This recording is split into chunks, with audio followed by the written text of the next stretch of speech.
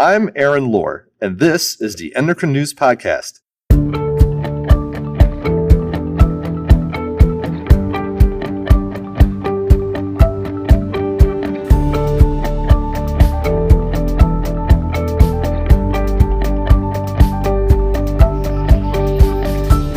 Every once in a while, clinical practice guidelines come out, and patient care is a little slow to catch up with those recommendations.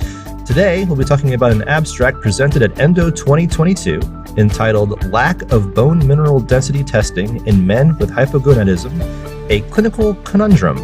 Joining us is one of the authors of that abstract, Dr. Travis Guttemuller of the Cleveland Clinic. Thank you for joining us today.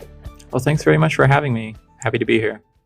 First, let's talk about the Endocrine Society's clinical practice guidelines. So they recommend that men over 50 years of age with hypogonadism undergo bone mineral density testing.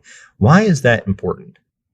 The short answer is that it's important because these men are at increased risk for having osteoporosis and are subsequently at increased risk for fracture.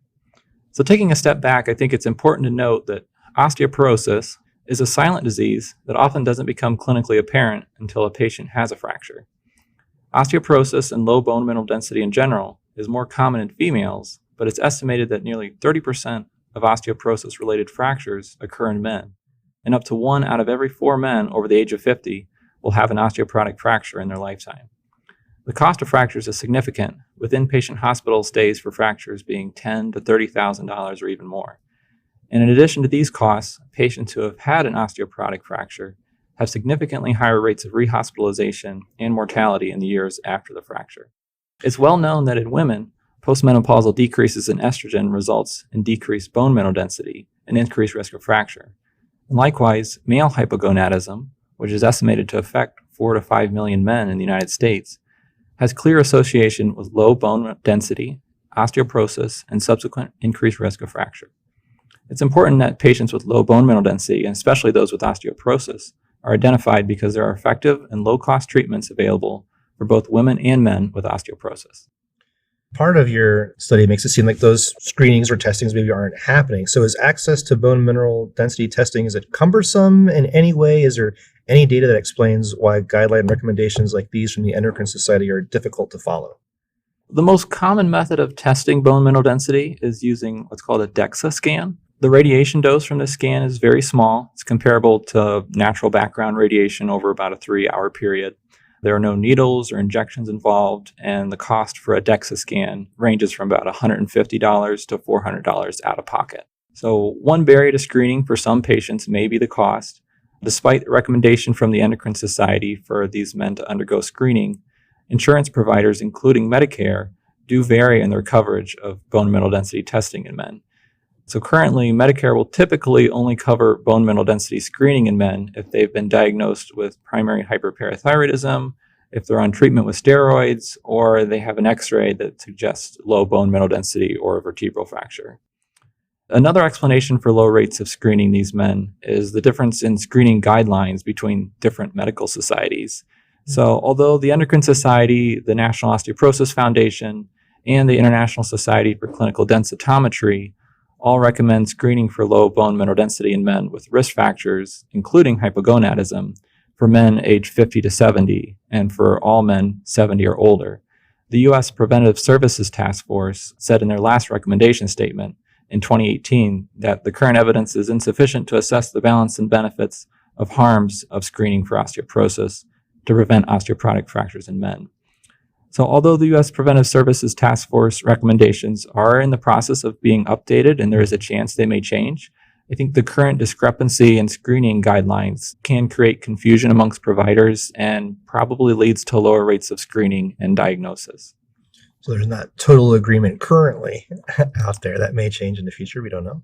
So with this current research, what did you hope to learn or discover? Our primary objective with our study was to determine the frequency at which men aged 50 or older with a diagnosis of hypogonadism undergo bone mineral density testing with a DEXA. Also, if the frequency of treatment varied by specialty provider, such as between primary care, or endocrinology, or urology providers.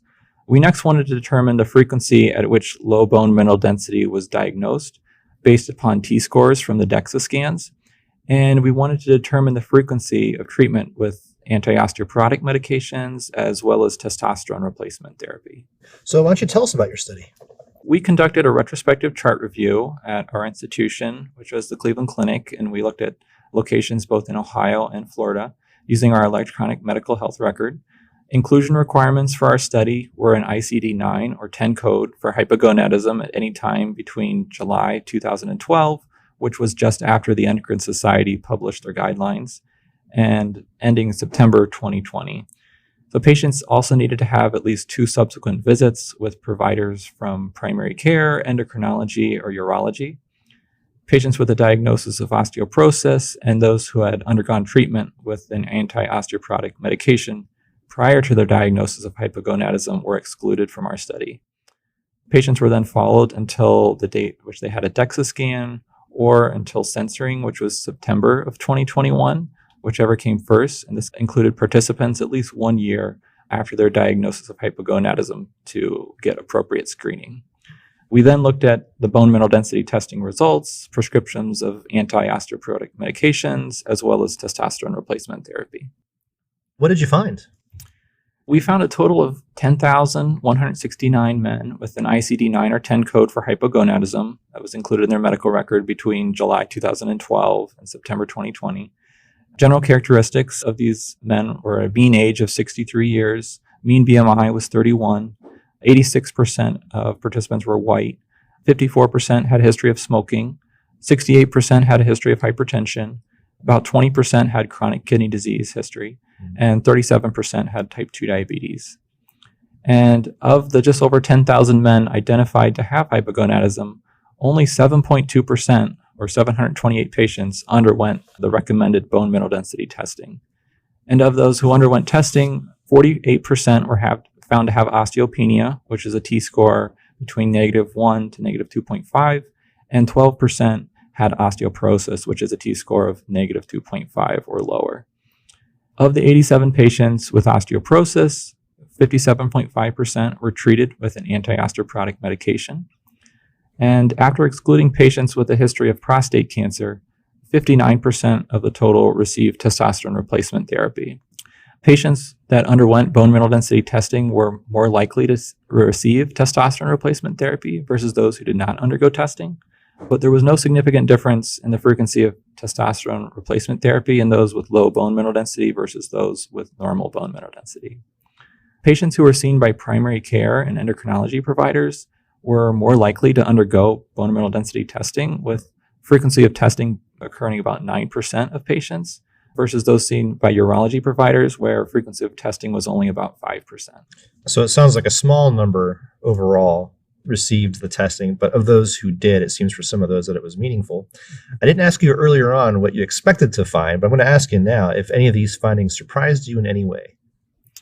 We suspected there would be a low rate of bone mineral density testing in these patients, but even we were surprised that the overall rate was only about 7%. The rates of low bone mineral density seen in those who were tested was in line with previous studies in men with hypogonadism. So osteopenia was discovered, as I said, in 48% of patients, and osteoporosis was seen in 12%. These rates can be compared to the general population. So looking at like the National Health and Nutrition Examination Survey in 2018, which looks at all men age 50 and older. And in that population, 33.5% had osteopenia and just 4.4% with osteoporosis. So certainly the rate of osteoporosis was higher in our population, which was expected because these men have a risk factor, which is hypogonadism. When I was reading your abstract, I couldn't help but notice that your findings were described as alarming. So why are they alarming, and what action do you think is needed? Yeah, we found these results to be alarming because despite the guideline recommendations for these men to undergo screening, it's rarely performed in real-world practice. And this indicates that many cases of osteoporosis are being missed, and opportunities to prevent osteoporosis-related fractures in these men are also being missed. I think there needs to be more awareness among providers of the guidelines. More importantly, I think it's important that medical society recommendations be consistent. It would be nice if the U.S. Preventive Services Task Force guidelines would match the other medical societies. If they need, a large randomized controlled trial to change the recommendation, it would be nice if such a trial could be funded and carried out. I also think that consistency of guidelines would prompt more insurance providers, including Medicare, to cover bone mineral density screening in men. So how might your research impact or inspire future research? Basically, what comes next? I'm hopeful that our study will prompt further research in the area of male hypogonadism and osteoporosis. I think more research is needed to determine if there's significant differences in men who have more overt and severe hypogonadism as compared with those men who have more subtle age-related decline in testosterone levels. And I think it's certainly possible that different screening recommendations may be needed for each group to best address their risk for low bone mineral density. It would also be nice if our research could lead to quality improvement projects to increase awareness and increase rates of screening. And also, as I have mentioned just previously, it would be nice if our research could lead to changes in guidelines and perhaps have insurance companies reevaluate what their coverage should be. This is a really important issue. I appreciate you coming on and helping us to shed some light on it. Thank you, Dr. Guttemuller. Well, thank you very much for having me.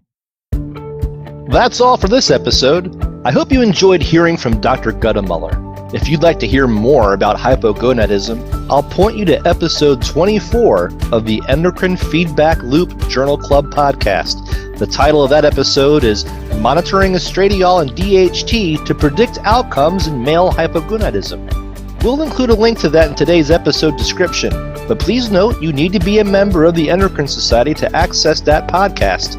Not a member yet? Visit endocrine.org/membership to check out the benefits and see if membership is right for you. We'll be back with another fantastic dive into the world of endocrinology. Until then, thanks for listening.